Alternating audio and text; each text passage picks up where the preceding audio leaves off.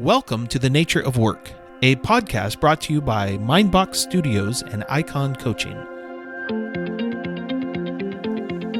This is Josh. This is Kirk. We are a couple of consultants who have been working in the new economy for a decade or more, and during that time it has become abundantly clear that the nature of work has changed. What do we mean by that? Well, there's a lot to that statement, but for now let's say that the internet has reordered how value itself is created and delivered in an increasing number of fields.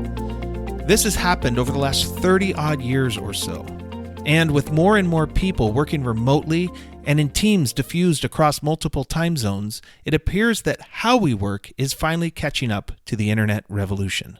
For our first episode, Josh and I are going to start with the basics. We're going to offer 5 tips for setting up a home office for remote work. One quick note. When we recorded this, I just installed new recording equipment in my office, and it turns out it wasn't working properly. I ended up recording the rest of the audio with my computer microphone, and I apologize for the low sound quality. This is ironic, because in this episode, I suggest it's important to have a good mic. You will notice the quality difference, and while it wasn't intentional, it does make the point.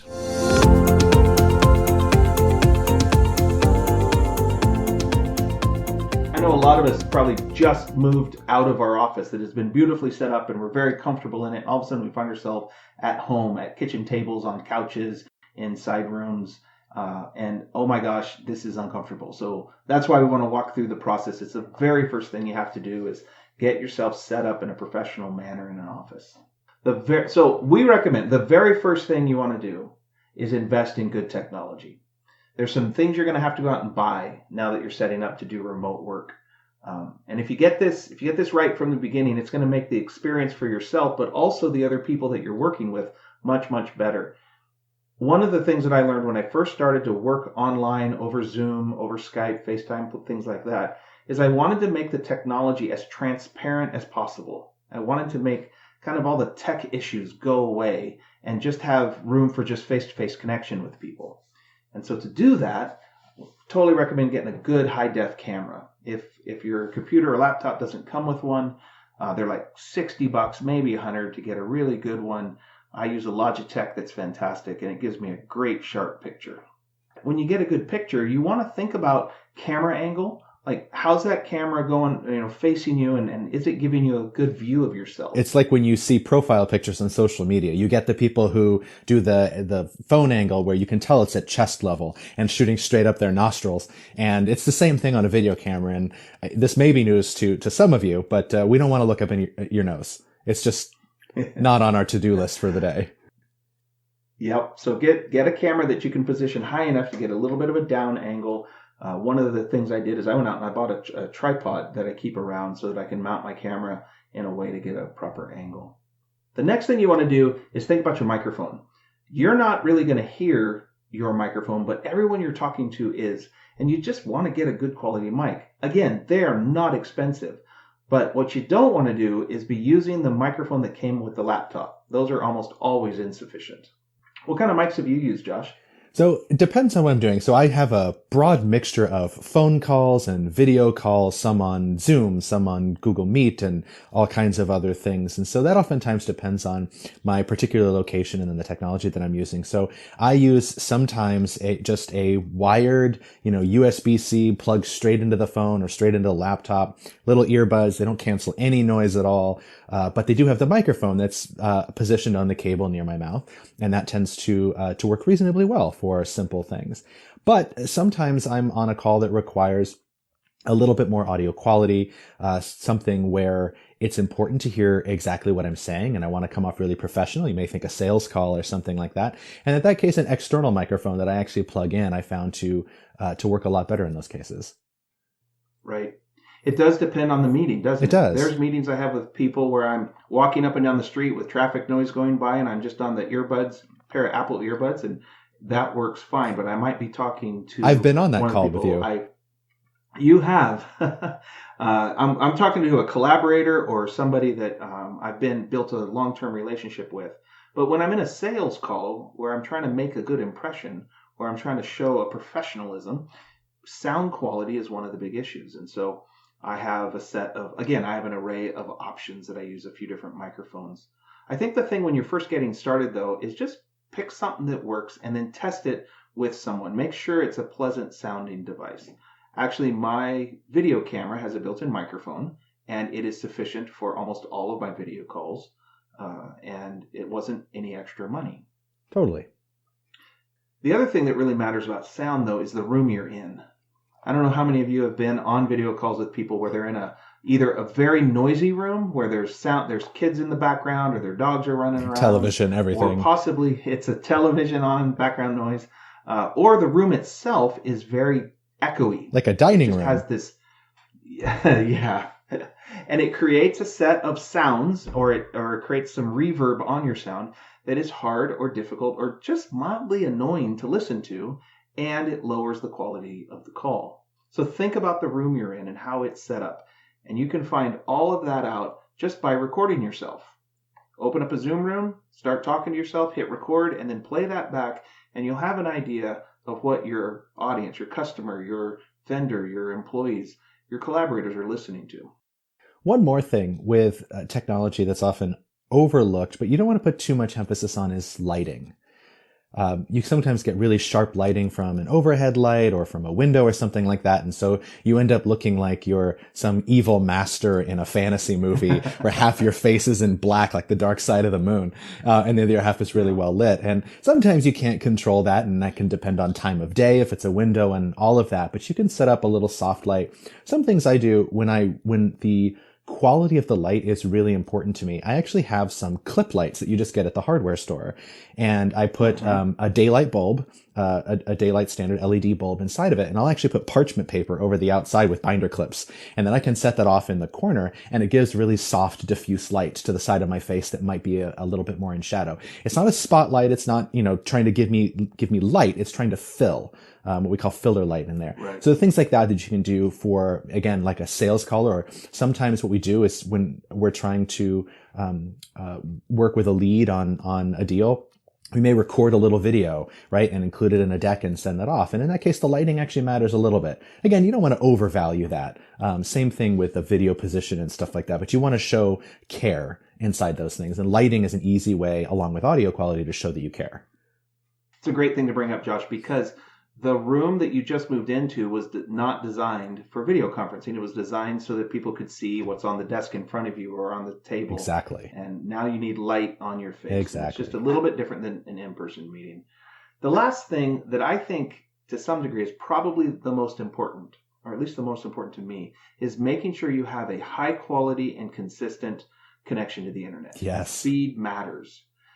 There's nothing worse than trying to be on a call with someone where they're bouncing in and out, or you're not catching every word, and pretty soon the technology is all you're talking about. Can you hear me? Can you hear me now? And it loses the flow of any kind of connection and conversation. So hardwire if you can. If at all possible, just run a hardwire right into your computer, and then you know that the internet is going to be consistent, and that if one of your kids starts downloading something in the middle of your call, it won't impact you. When I moved home, I just moved my office where I hardwire back into my home office. My primary setup is here. And the first thing I did is I went and I bought a new router, because I had a router that was a little old. And we ran into some trouble from time to time in home use, but all of a sudden I want consistency. I can't hardwire. I just went out and bought a new router. I actually had to do the same thing, and I live in a 2-story house. And so that creates a lot of problems. There's very few places in the house I can hardwire without drilling holes in places. And so I actually purchased a mesh Wi-Fi network. So there's more than one router distributed throughout the house to create a stronger signal, and they network back to each other to the wired thing. Those can be a little bit expensive. They can run you a couple $100s for a set of them, but they can be really well worth it if it's the difference between can you hear me now and closing a deal. So it sounds like we just ran up a $5,000 bill for you. No. I want you to know that that's not true at all. To get started and get set up, you can do this for a few $100. Totally. It's not a ton of equipment. Yes, we have multiple mics, but we've been doing this for a long time. You accidentally collect them all the time. But when you're just getting started, microphones are $30, cameras are $60. So you need to upgrade your router. That's $60 to $100, probably get you going. The main thing is just think these things through from your customer's perspective and make sure you can make your tech as transparent as possible so that you can make meaningful connection with people you're working with. Right. It's that intentionality that matters. That's right.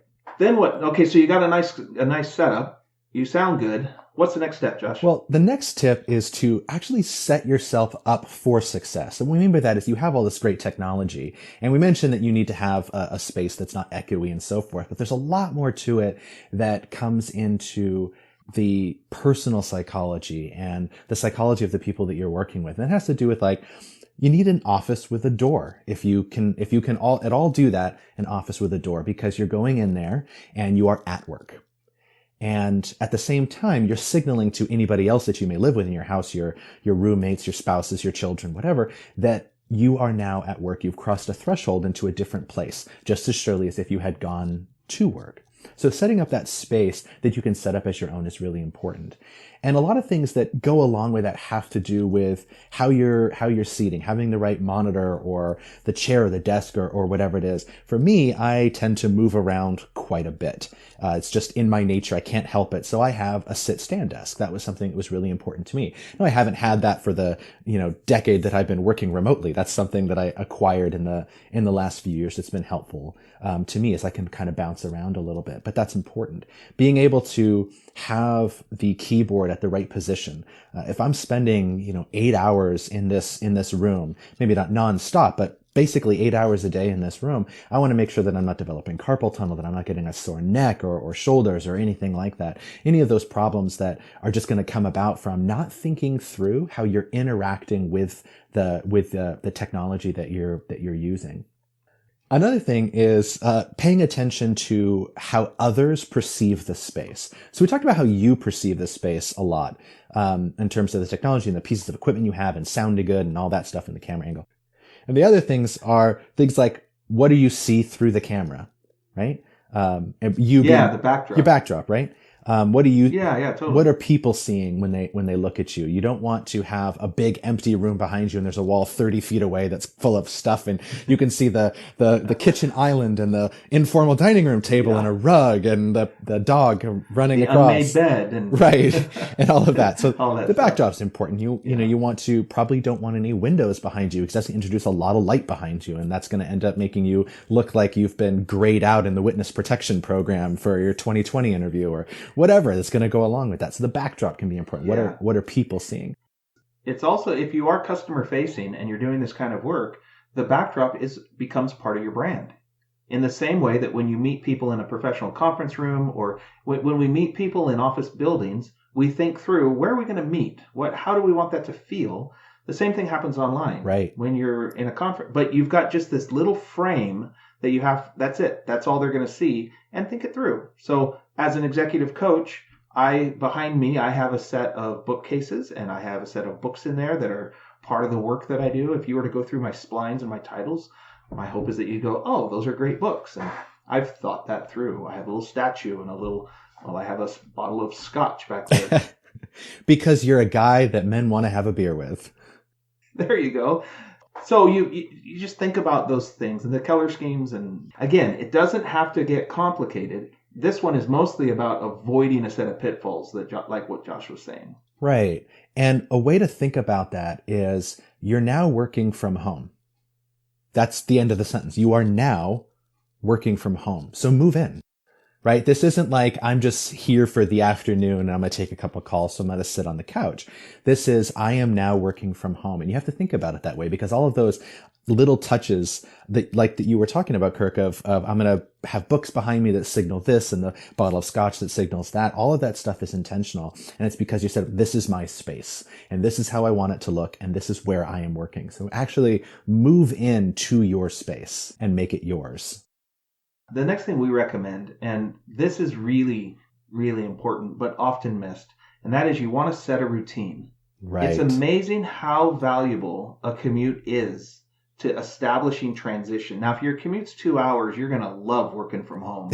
But for many of us, we have a 20 or 30 minute commute. And during that time, I do things like catch up on the news and I transition my mind and I allow myself to make the sort of mental or psychological shift from being at home to now being at work. Right. When I arrive at work, I do certain things every time, put my coat away, do this, do that. And those are all part of setting a routine. Well, when the commute is, 20 steps from one spot in your house to another spot in the house, we can miss a lot of that. And we lose the ability to sort of clock in and clock out. Right. So consider start and stop times that are consistent. That's not always possible, but give it at least set a routine that you can then break the rule from time to time. That also means that you're getting up at the same time, right? The alarm is going off and you're getting up and you're getting ready and you're going to work, right? So that you're starting at this time and this is the time I'm at work now. It's about setting expectations for yourself, for your customers, for your employees or coworkers, but also for the people who are working or living with you, so they know how to interact with you. When you're going to an office to work, you walk out of the door and they know exactly what to do next. But when you're sitting at the kitchen table with your laptop open, are you on Facebook? Are you working? How do you? And so by establishing these kinds of rhythms, it just makes everything better. Which brings us to the next sort of problem, the idea of establishing the expectations related to when you're available for interruptions or setting some kind of an availability for those you live with. And again, this is all part of setting a routine. And I remember when a good friend of mine first started working remotely, we used to call it telecommuting. And this was back in the early 2000s.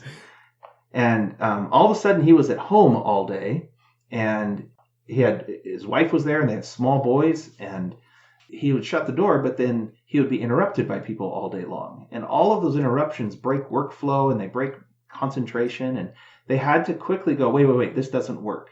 I'm going to be in here at 8 a.m. until noon, and then I'm going to come out and I will be home for lunch. And I'll be available and I can answer questions.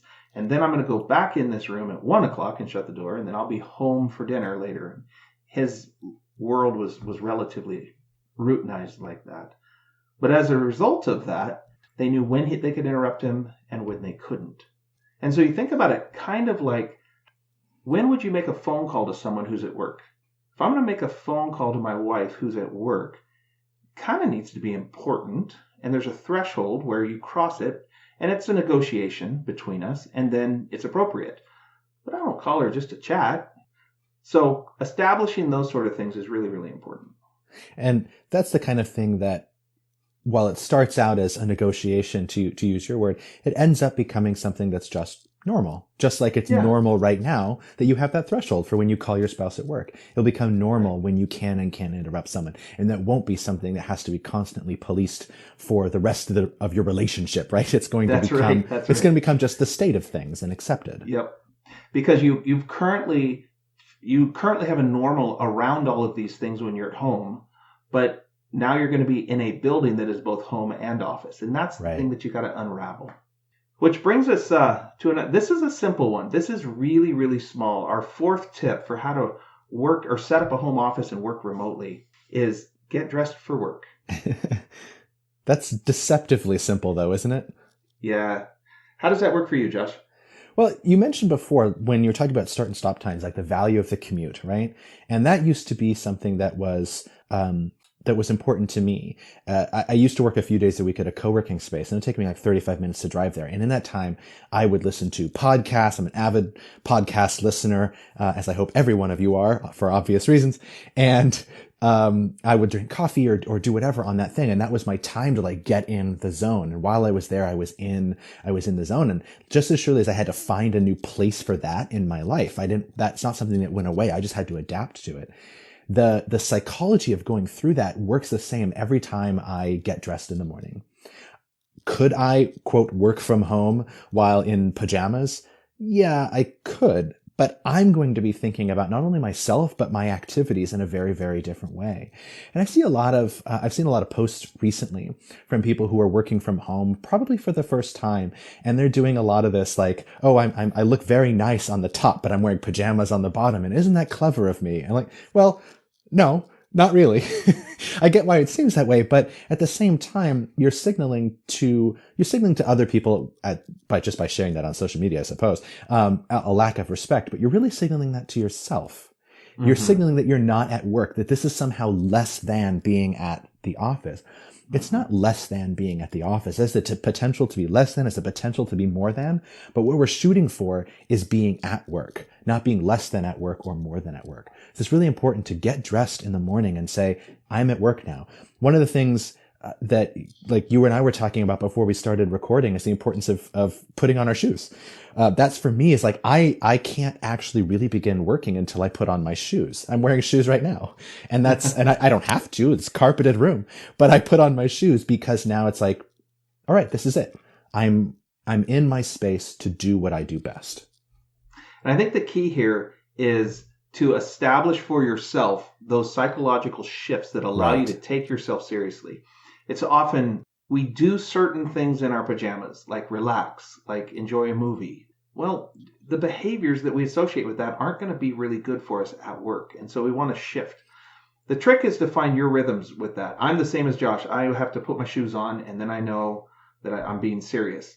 There are certain things I can do without my shoes on. But if I'm going to sit down at my desk and start doing the thing I call work, I'm going to do that. Find those for you and then take them seriously. So you have the technology and you have an office space and you've got these routines that you have set up. You've gotten dressed. You're taking yourself seriously. There seems like a potential to maybe take that too far because we're working at home. Yeah. We must always be working or something. So what's our next tip for that? The last thing is take real breaks. Get up and step away just like you would at work. Go out for a walk. This is, have lunch with the people that you're with. You get to go home every day for lunch, but you need to actually step back across that threshold and take a break. Your dog is going to love you if you have one because every day you can take him for a walk for a 15-minute lap around the neighborhood. So the idea is to set the boundaries of going home. When I first started doing this, one of the things that became very true, became very obvious to me, is that I could work from anywhere. And so I started just kind of working from anywhere. And then pretty soon I was just kind of always working. And that wasn't helpful for my family, for myself. And my wife and I developed a practice of me clocking out. And she would say to me, do you need to clock out? And I'm like, oh, yeah, that's right. I need to clock out. And there was a set of rhythms and routines that would sort of shift my mental space. And then while I still might be on my computer in the evening, I probably wasn't working. I was probably communicating with friends or talking to my parents or something like that. And it's a different mode of being. So we've got 5 tips for you. Just to run back through them really quick. Number 1, invest in the technology that's going to set you up well so that you and your customers are having a great experience. Number 2, set up that office so that you're comfortable in it and you're able to take yourself as seriously in your home office as you were at work. Don't be the person that's working in their jammies on the couch. For most people, that's not going to work long term. And you know who you are. You set routines the same way you have them right now. They really create monuments and rituals that mark your day. One of the best things you can do is get yourself ready in the morning and dress for work. And then remember, take breaks, step away. Even though you're at home all day, that doesn't mean you have to work all day.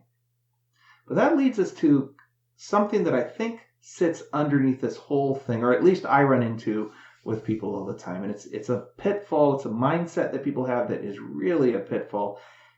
And actually might be one of the reasons that your boss or company, or maybe even you, didn't really want you working remotely until now. Josh, tell me about your experience with this. I guess the summary of all that thing is don't try to do 2 jobs at the same time, right? This is what it's been a long time since I've had that experience of distrust with my employees because I've been doing this a really long time. But we all go through that cycle as leaders that if they're not here and they're not in the office, they are doing what exactly? They're not, they could be doing this, but they could be doing other things, and they're probably doing laundry instead of this, or they're talking to their friends or Facebook. They're not here. And part of that is a concern that they're expressing, an anxiety that's coming through with that comes through the uncertainty, but it's also a reflection of how we often think about these things as ourselves. That we're thinking that there is work and there is home, and those things are just apart from each other. And that is not a function of being at work versus at home physically. That's a function of how we think about that. And that's the mindset pitfall, is that when you're at work, you are at work, even if you happen to be at home. So we summarize that mindset pitfall as don't try to do two jobs at the same time. And some of those some examples of those other jobs we've basically already talked about, but that's things like childcare, right?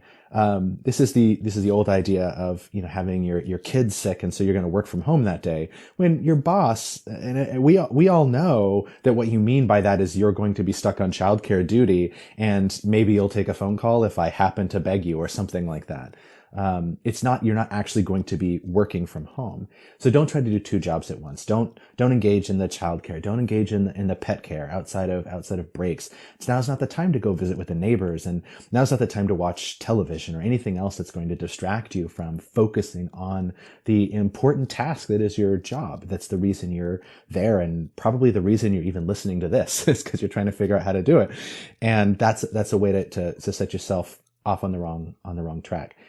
Put another way, one last bonus way, is don't do anything while working at home that you wouldn't do while working at work. Right. There's an idea that I hear from folks, and what they're looking for, or they're excited to be able to work remotely because they think that they're going to get this flexible schedule. And, right.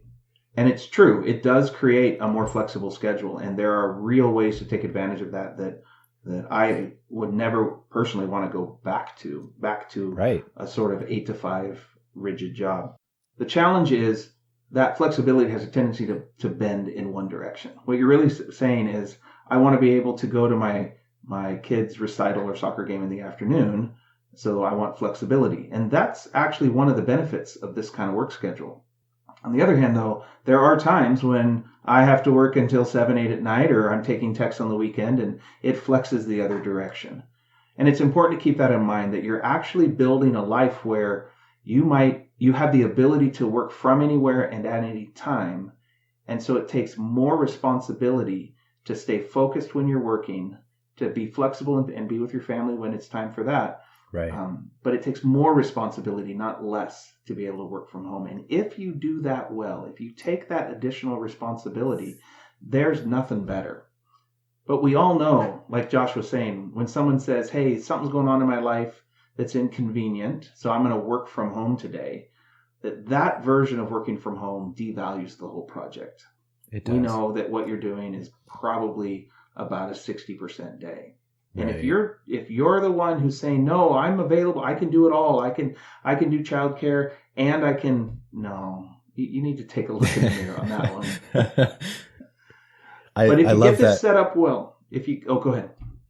I was just to say, I love that idea of taking responsibility and more responsibility. And you implied it, but I want to make it clear that there's responsibility on the part of working when you should be working. Like I'm being more responsible as a person to do that.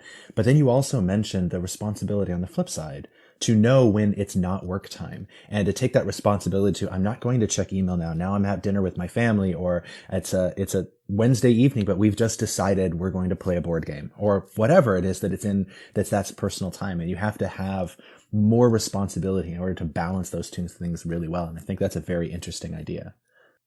We're going to be talking a lot more about those issues in upcoming podcasts. Upcoming episodes. We're going to be talking about, how do you know your employees? If you lead a team, how do you lead a team well? How do you facilitate a meeting? There's a lot more to talk about. But what we're hoping right now is in the next few days, you're going to take some time and get yourself set up so that you can actually start winning in this remote work world. The Nature of Work is co-hosted by Josh Miller and Kirk Wayman. You can connect with Josh at mindboxstudios.com, and Kirk is available at iconcoaching.com. You can also find us by searching The Nature of Work on Facebook, where we'd love to connect with you and you can join the conversation. Our theme music is a Scott Holmes original, sound edited by CW Sound.